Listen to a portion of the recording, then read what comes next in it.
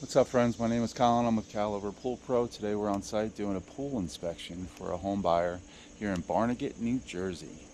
As we're walking around, we have this fiberglass Interfab slide. All right.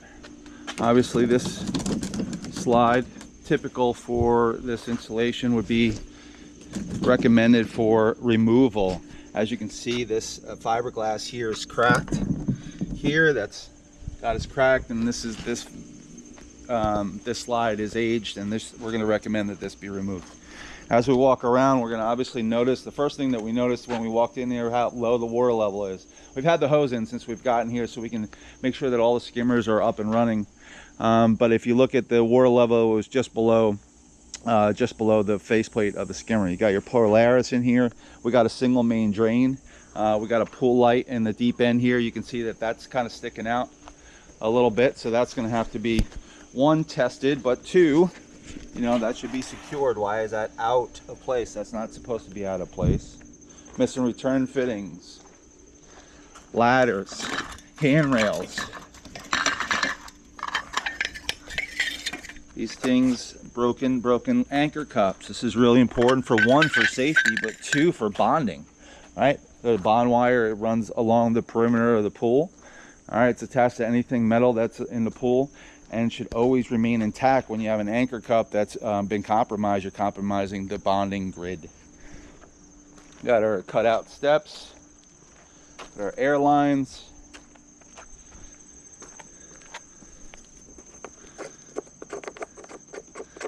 Trying to add air into the system here, but we're missing our fittings.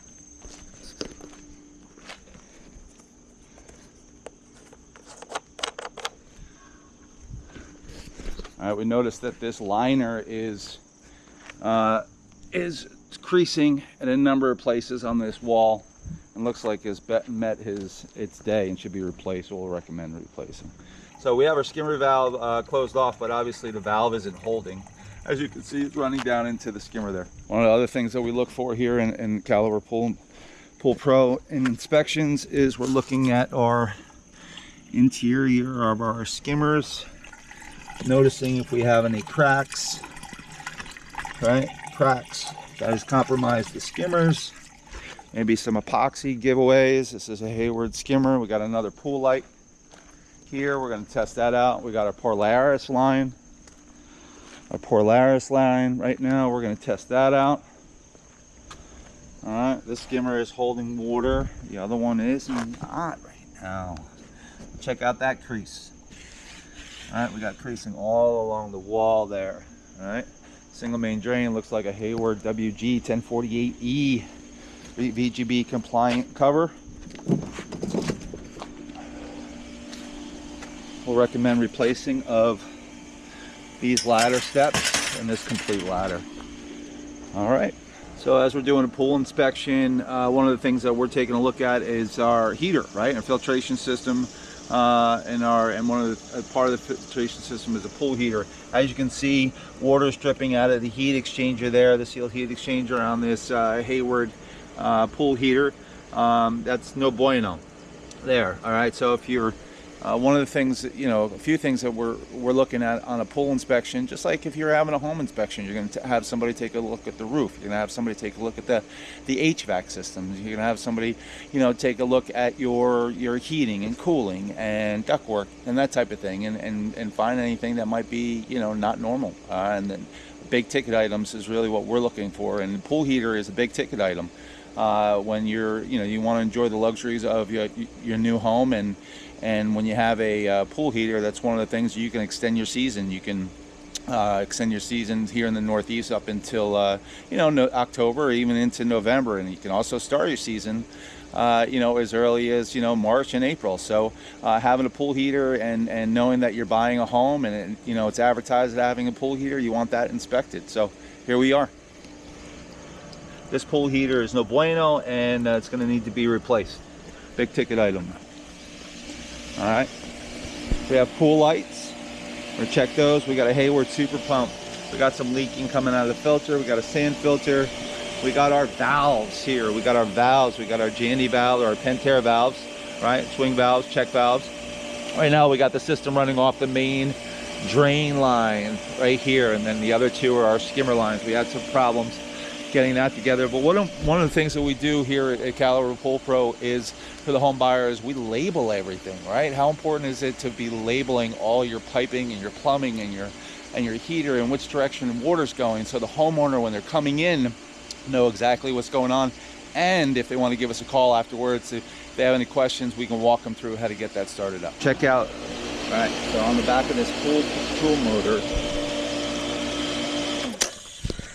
motor, we have a bond wire. That bond wire goes underground here, and it is attached to anything that's metal, or should be attached to anything that's metal, within 3 feet of the pool underground and 5 feet of the pool on the deck. So if you notice that pool fence right there, that black fence running along the pool, is less than 5 feet from that pool edge, and that should be bonded. So we're going to look for the bond wire of that.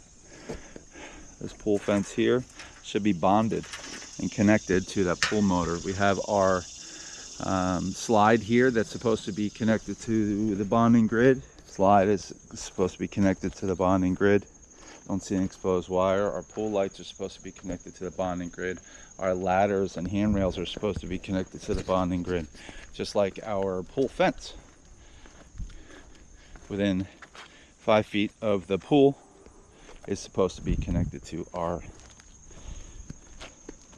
bonding grid. So if you see these anchor cups are oxidized and they're deteriorating. What this is your aluminum anchor cups, and what happens over time is they oxidize and they split and they compromise the bonding grid. Bonding wire and the bonding grid runs along the perimeter of the pool. It's attached to any metal points. All right, it's supposed to connect to the anchor cup, which then bonds to the ladder. And if it doesn't bond to the ladder, if it's not tight and the anchor cup isn't secure and it's not broken, obviously this is compromised and needs to be replaced to restore the integrity of the bonding grid.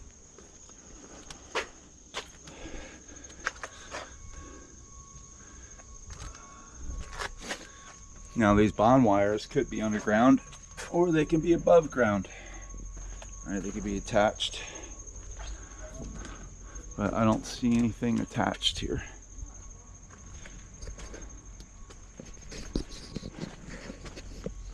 And all those bond wires and all those punds run back to the pool pump. Those two are supposed to be bonded, along with the Hayward heater is supposed to be bonded as well. Just an update on that bond wire I was looking for this pool fence. So anything metal needs to be connected with the bond wire, or attached with the bond wire within 5 feet of the pool that you can grab, and 3 feet underground.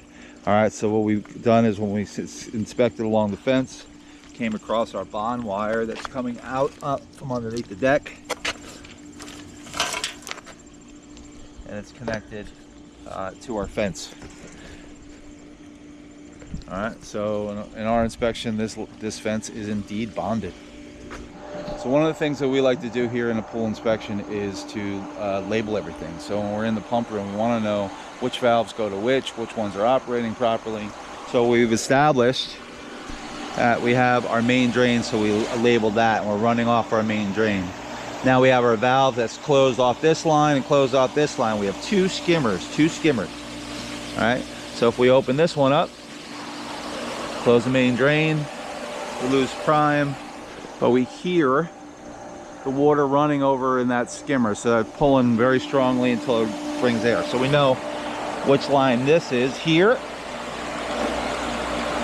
So we'll label this skimmer F for far or deep, and then we'll label this one skimmer shallow. Okay, and then we're going, this is going to be our waistline. These are our returns. I'm going to check out our returns. We can see our valves. This is inline, so that's open. This is offline, so that's closed. And then we'll have to check out what this handle is. And we also identified the returns. We have our slide, we have our shallow wall return, and we got our deep wall return. All right, and we got our booster line. Okay, so once we can identify these lines, then we can start, checking the system. Is everything working properly? You know, closing valves. Are things shutting off when they're supposed to? Are they opening up and allowing flow when they're supposed to? And that type of thing. And then we're going to get over to the lights, right? And we can check out the filters and that type of thing. Just wanted to bring your attention to something. So one of the things we look at when we're doing a pool inspection is the pool light. So inside the pool, this vinyl liner pool has two pool lights. And we found over at the equipment, what we noticed is a lot of things aren't labeled. So what we have here is our junction boxes for both pool lights. And we have our light switches, what we labeled P1, pool light 1, and P light 2 right there. All right, so we also have a GFI right here that we've tested, and that doesn't trip. So we went back to the breaker box, we found the pool light breaker. That breaker is not tripped, so we made sure that was okay. We came back out here to the pool, and what we wanted to do was identify, again, label what is going on here.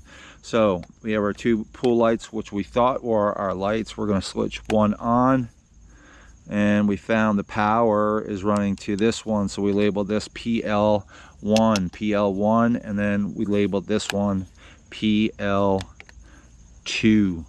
All right, we got power here at our GFI, but what we also notice is this GFI doesn't trip. All right, so that's going to need to be replaced. All right, just one of the things that we look at in pool inspections. All right, pool lights, very important when dealing with electricity. This is a 120 volt. This is not a low voltage. This is a 120 volt. We have a pool cover. We found the pool cover. We pulled it out.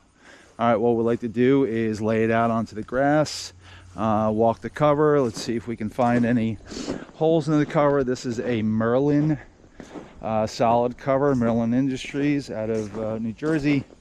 And we like to walk the cover to see if we're finding any holes in the cover. When we're talking about pool covers, we're talking about big ticket items, right? You can spend thousands of dollars as a homeowner in your first season replacing the pool cover if you don't have a proper inspection. So that's why we like to pull it out and get you the information that you need so you can make a informed decision about your home purchase. So what Merlin does, which is nice, is, and other manufacturers do as well. So we have our identification here, right? It says Merlin. All right, and then what Merlin does, we like to find a strap and we get the serial number. All right, we document that serial number for the homeowner. That way, if the homeowner wants to replace the cover, they can just use that serial number and to eliminate some measuring costs and that type of thing. They can use that serial number to have a remake done. All right, but this cover looks pretty good. Obviously, it's got some dirt and remnants from the spring still, but I only found one little tear in the cover. Otherwise, this is a Merlin solid cover. All right, and solid covers are meant to keep the dirt and debris and rainwater out of the pool for the winter, so you can open it up in the spring and it'd be nice and clean and ready to go. All right, so this cover looks like it's in good shape, so we're going to wrap it back up and put it back into the bin.